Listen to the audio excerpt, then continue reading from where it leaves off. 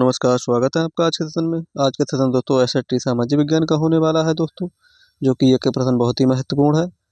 देखते हैं दोस्तों आज का पहला प्रश्न है दोस्तों, मिनीग्राम और नानदेसी निम्नलिखित में से क्या थे? चोल शासक की प्रशासनिक इकाइयां, ब्राह्मणों को ब्रह्मदेव के रूप में दिए गए प्रसिद्ध गांव, चोल काल के प्रसिद्ध शहर, दक्षिण भारत के प्रसिद्ध व्यापार संघ। मिनीग्राम और नानदेसी निम्नलिखित में से क्या थे? प्रश्न नंबर 1। तो दोस्तों ये क्या थे? दक्षिण भारत के प्रसिद्ध व्यापार संघ थे। ऑप्शन नंबर डी इसका सही उत्तर हो जाएगा। दक्षिण भारत के प्रसिद्ध व्यापार संघ, ऑप्शन नंबर डी इसका सही उत्तर हो जाएगा। प्रश्न नंबर 2 है दोस्तों, भारत में राज्य के राज्यपाल की नियुक्ति कौन करता है? प्रधानमंत्री, सर्वोच्च न्यायालय के मुख्य न्यायाधीश, भारत के राष्ट्रपति, डी सांसद। प्रश्न नंबर 2 दोस्तों, एसएसटी के सब्जेक्ट में दोस्तों इसी प्रकार के प्रश्न आते हैं और ये वो प्रश्न है दोस्तों जो सीटेट एग्जाम में कई बार आ चुके हैं। और जो सेशन में नए हैं दोस्तों वो लाइक और सब्सक्राइब जरूर करें। प्रश्न नंबर 2, भारत के राज्यपाल की नियुक्ति कौन करता है? तो दोस्तों ये करता है भारत के राष्ट्रपति। भारत के राष्ट्रपति जो होते हैं वो राज्यपाल की नियुक्ति करते हैं। ऑप्शन नंबर सी इसका सही उत्तर हो जाएगा। प्रश्न नंबर 3 है, भूदान आंदोलन किसने प्रारंभ किया? जयप्रकाश नारायण, विनोबा भावे, जेबी कृपलानी, नरसिंह मेहता। प्रश्न नंबर 3, तो दोस्तों भूदान आंदोलन किसने प्रारंभ किया? ये विनोबा भावे जी ने किया था। ऑप्शन नंबर बी इसका सही उत्तर हो जाएगा, विनोबा भावे। प्रश्न नंबर 4, जन स्वास्थ्य के क्षेत्र में कोस्टारिका उपागम किसे कहा जाता है? जन स्वास्थ्य के क्षेत्र में कोस्टारिका उपागम किसे कहा गया है? सेना के जवानों के स्वास्थ्य पर खर्चा करना, स्वास्थ्य और सुरक्षा पर एक समान खर्चा करना, सुरक्षा बजट व स्वास्थ्य के बजट से ज़्यादा खर्च करना, सैन्य बल न रखना ताकि जन स्वास्थ्य पर ज़्यादा खर्च किया जा सके। प्रश्न नंबर 4, तो प्रश्न नंबर 4 का ऑप्शन नंबर डी, सैन्य बल न रखना ताकि जन स्वास्थ्य पर ज़्यादा खर्चा किया जा सके। ऑप्शन नंबर डी इसका सही उत्तर हो जाएगा। प्रश्न नंबर 5, ग्रहों के निम्नलिखित समूह में से किस समूह के चारों ओर छल्ले हैं? ग्रहों के निम्नलिखित समूह में से किस समूह के चारों ओर छल्ले हैं? शनि, नेपच्यून, मंगल, शनि, शुक्र, नेपच्यून, शनि, शुक्र, मंगल, शनि, बृहस्पति, यूरेनस। प्रश्न नंबर 5, तो किस ग्रह के समूह के चारों ओर छल्ले हैं? तो दोस्तों ये शनि, बृहस्पति और यूरेनस। शनि, बृहस्पति और यूरेनस जो ग्रह हैं इनके चारों ओर छल्ले हैं दोस्तों। ऑप्शन नंबर डी इसका सही उत्तर हो जाएगा। प्रश्न नंबर 6, निम्न में से कौन काकोरी कांड से संबंधित नहीं है? निम्न में से कौन काकोरी कांड से संबंधित नहीं है? भगत सिंह, अशफाक उल्लाह खां, राम प्रसाद बिस्मिल, राजेंद्र लाहिड़ी। प्रश्न नंबर 6, तो दोस्तों भगत सिंह, ये भगत सिंह दोस्तों नहीं थे। ऑप्शन नंबर ए इसका सही उत्तर हो जाएगा।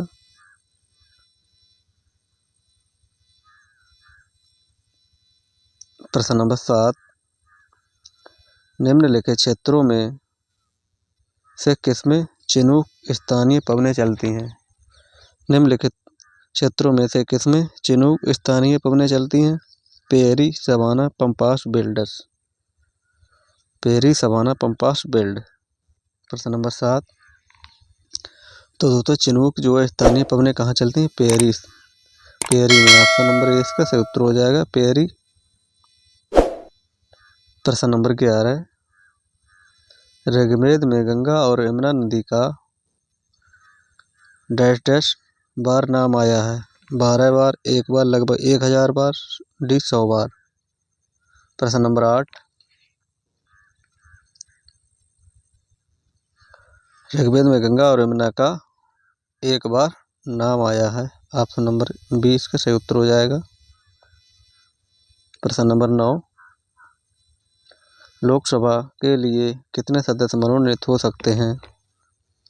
एक भी नहीं, 2, 4, 12। लोकसभा के लिए कितने सदस्य मनोनीत हो सकते हैं? प्रश्न नंबर 9, लोकसभा के लिए दोस्तों 2। ऑप्शन नंबर 20 का सही उत्तर हो जाएगा 2। प्रश्न नंबर 10,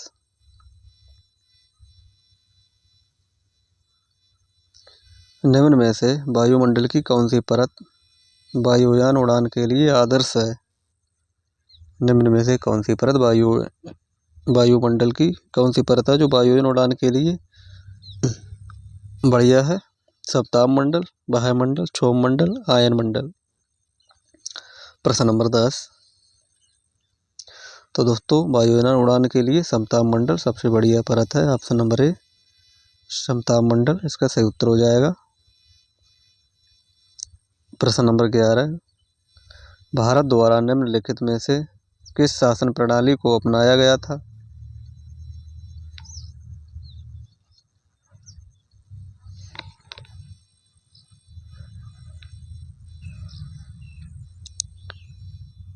भारत द्वारा निम्नलिखित में से किस शासन प्रणाली को अपनाया गया था?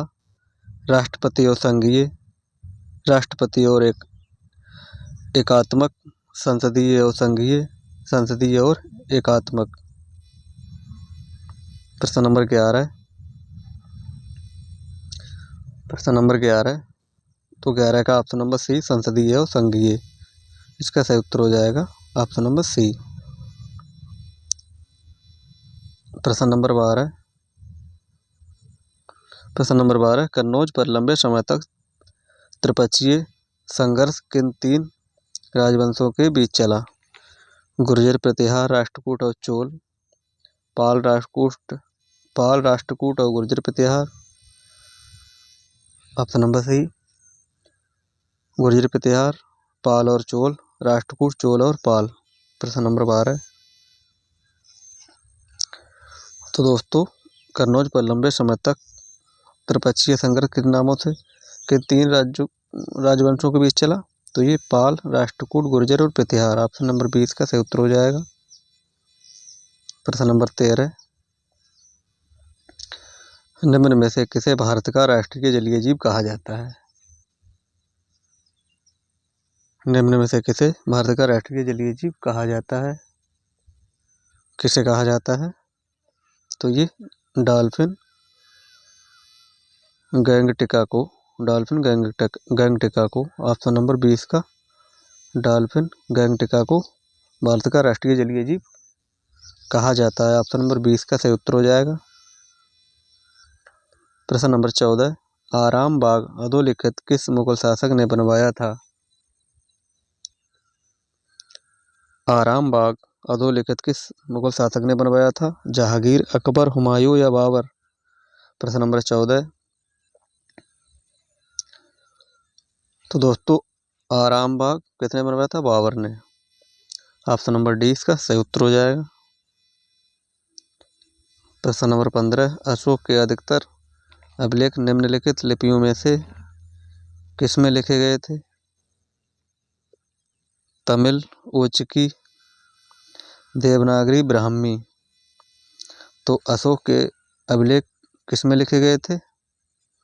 ये ब्राह्मी में। ऑप्शन नंबर डी इसका सही उत्तर हो जाएगा, ब्राह्मी लिपि में लिखे गए थे। प्रश्न नंबर 16, अर्थशास्त्र के अनुसार मौर्य काल में उत्तर पश्चिम भारत खाली जगह के लिए प्रसिद्ध था। किस लिए था? कपास, सोना एवं बहुमूल्य पत्थर, चांदी एवं तांबा, डी कंबल। प्रश्न नंबर 16, अर्थशास्त्र के अनुसार मौर्य काल के उत्तर पश्चिम खाली जगह के लिए प्रसिद्ध था। तो ये कंबल के लिए था। ऑप्शन नंबर डी इसका सही उत्तर हो जाएगा।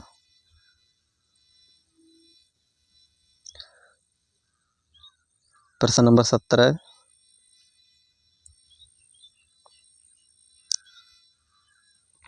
उद्योग के निम्नलिखित प्रकारों में से टोकरी बुनाई एक उदाहरण है। किसका उदाहरण है टोकरी बुनाई? लघु आकार का, संयुक्त क्षेत्र, बृहत आकार, सहकारी क्षेत्र। प्रश्न नंबर 17। तो दोस्तों ये लघु आकार का उदाहरण है। ऑप्शन नंबर ए इसका सही उत्तर हो जाएगा। प्रश्न नंबर 18। निम्न में से कौन सा अपर्दन स्थल रूप है? हिमोड़, छत्रक शिला, लोअस, डेल्टा। प्रश्न नंबर 18। निम्न में से कौन सा अपर्दन स्थल का रूप है? तो दोस्तों ये हो जाएगा छत्रक शिला अपर्दन स्थल का। ऑप्शन नंबर 20 का सही उत्तर हो जाएगा। छत्रक शिला अपर्दन स्थल का रूप है। प्रश्न नंबर 19।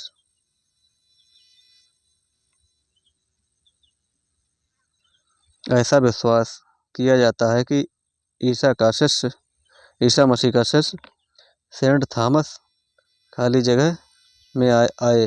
किसके समय में आए? कहाँ आए थे दोस्तों? ये ईसा मसीह का शिष्य सेंट थॉमस कहाँ आए थे? तो दोस्तों ये आए थे केरल में। ऑप्शन नंबर डी इसका सही उत्तर हो जाएगा। केरल में आए थे। प्रश्न नंबर 20। सामाजिक विज्ञान की कक्षा में निदानात्मक और उपचारात्मक शिक्षण में शामिल होंगे। शिक्षार्थी की कठिनाई विशेष की पहचान करना, पढ़ने के लिए बहुत अधिक सामग्री उपलब्ध कराना, शिक्षा के लिए उन्हें अवसर उपलब्ध कराना, शिक्षार्थियों की त्रुटियों में तुरंत सुधार करना। प्रश्न नंबर 20। तो दोस्तों उपचारात्मक शिक्षण में क्या शामिल होगा? शिक्षार्थियों की कठिनाइयाँ विशेष की पहचान करना। ऑप्शन नंबर ए इसका सही उत्तर हो जाएगा। प्रश्न नंबर 21। सामाजिक समस्याओं की समझदारी को विकसित करने के लिए निम्नलिखित में से सबसे उचित विधि कौन सी है? चलचित्र प्रदर्शन, चित्र निबंध, भूमिका निर्वाह, वृत्त अध्ययन। तो दोस्तों सामाजिक समस्याओं की समझदारी को विकसित करने के लिए निम्नलिखित में से सबसे उचित विधि कौन सी हो जाएगी? तो दोस्तों ये हो जाएगी वृत्त अध्ययन। इसका वृत्त अध्ययन ऑप्शन नंबर डी इसका सही उत्तर हो जाएगा। प्रश्न नंबर 22। कारखाना विषय को पढ़ाने के लिए सबसे उपयोगी विधि कौन सी होगी? किसी विशेष को निमंत्रित करना, एक कहानी सुनाना, किसी अधोलिखित कारखानों की यात्रा आयोजित करना, डी एक डॉक्यूमेंट्री फिल्म दिखाना। प्रश्न नंबर 22।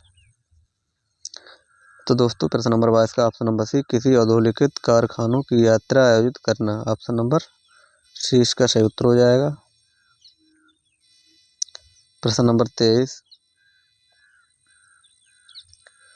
मनुष्य ने कुछ क्षेत्रों में लगभग 8000 वर्ष पहले गांवों में रहना आरंभ किया था।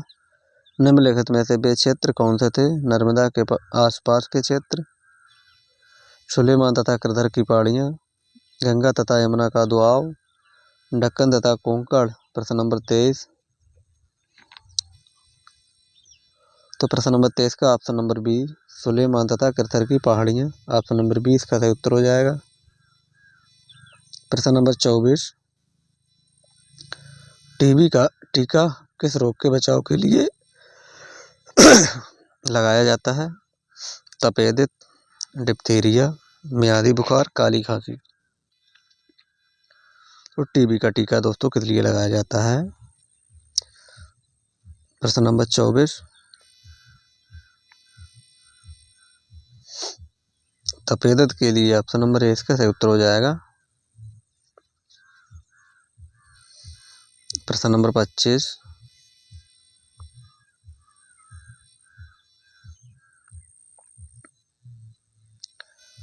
निम्नलिखित में से कौन सा मरुस्थल का एक उदाहरण है? लद्दाख, सुंदरबन, केरल, पश्चिमी घाट। प्रश्न नंबर 25। तो मरुस्थल का उदाहरण कौन सा हो जाएगा? ये लद्दाख। ऑप्शन नंबर ए इसका सही उत्तर हो जाएगा लद्दाख। प्रश्न नंबर 26। निम्नलिखित में से कौन भारत में एक राज्य के राज्यपाल की नियुक्ति करते हैं? अटॉर्नी जनरल, विधानसभा के सदस्य, संसद के सदस्य, केंद्र सरकार। प्रश्न नंबर 26, भारत में एक राज्य के राज्यपाल की नियुक्ति कौन करते हैं? ये करते हैं केंद्र सरकार। ऑप्शन नंबर डी इसका सही उत्तर हो जाएगा। प्रश्न नंबर 27, डॉक्टर बी.आर. अम्बेडकर ने निम्न में से कौन से अधिकारों को संविधान का हृदय और आत्मा कहा? समानता का अधिकार, स्वतंत्रता का अधिकार, संवैधानिक उपचारों का अधिकार, धार्मिक स्वतंत्रता का अधिकार। प्रश्न नंबर 27, तो दोस्तों ये किसे कहा? ये कहा संवैधानिक उपचारों का अधिकार डॉक्टर भीमराव अम्बेडकर ने संविधान की हृदय और आत्मा कहा। ऑप्शन नंबर सी इसका सही उत्तर हो जाएगा, संवैधानिक उपचारों का अधिकार। प्रश्न नंबर 28,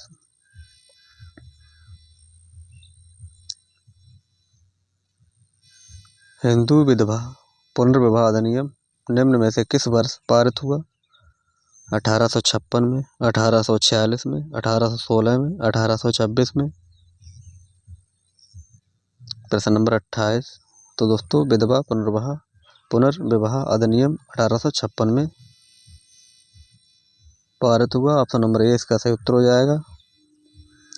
प्रश्न नंबर 29, निम्नलिखित में से कौन भारत की संविधान सभा का अध्यक्षता बी.आर. अम्बेडकर, राजेंद्र प्रसाद, जवाहरलाल नेहरू, श्री राजगोपालाचारी। संविधान सभा का अध्यक्ष कौन था? Doctor Rajendra Prasad. Option number 20 का सही उत्तर हो जाएगा। प्रश्न नंबर 30,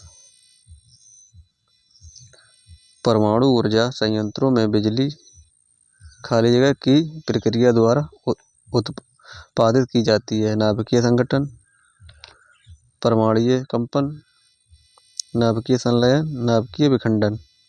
प्रश्न नंबर 30, प्रश्न नंबर 230 का ऑप्शन नंबर डी नाभिकीय विखंडन इसका सही उत्तर हो जाएगा।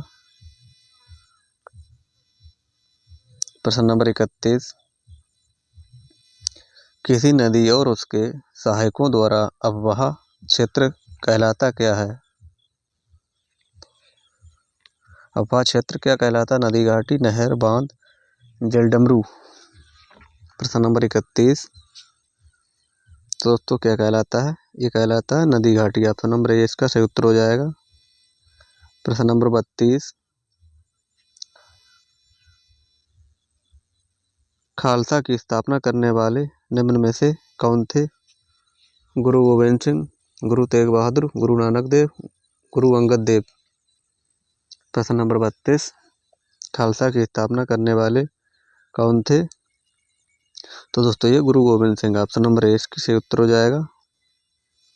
प्रश्न नंबर 33, गुलामगिरी नामक पुस्तक निम्न में से किसने लिखी? ज्योतिबा फुले, श्री नारायण गुरु, डॉक्टर भीमराव अम्बेडकर, ए.बी. रामास्वामी पेरियार। प्रश्न नंबर 33, तो दोस्तों गुलामगिरी किसने लिखी? ये लिखी है ज्योतिबा फुले ने। ऑप्शन नंबर ए इसका सही उत्तर हो जाएगा। प्रश्न नंबर 34, जैन और बौद्ध भिक्षुणियों के लिए आरंभिक विहार बने होते थे? मिट्टी के, पत्थर के, लकड़ी के, ईंटों के। प्रश्न नंबर 34, तो किसके बने हुए थे दोस्तों? ये लकड़ी के। ऑप्शन नंबर सी इसका सही उत्तर हो जाएगा। प्रश्न नंबर 35, निम्न में से किसे पृथ्वी के फेफड़े कहा जाता है? ब्राजील के उष्ण कटिबंधीय सदाबहार वन, मध्य अमेरिका उष्ण कटिबंधीय पर्णपाती वन, चीन के शीतोष्ण सदाबहार वन, चिली के शीतोष्ण पर्णपाती वन। प्रश्न नंबर 35,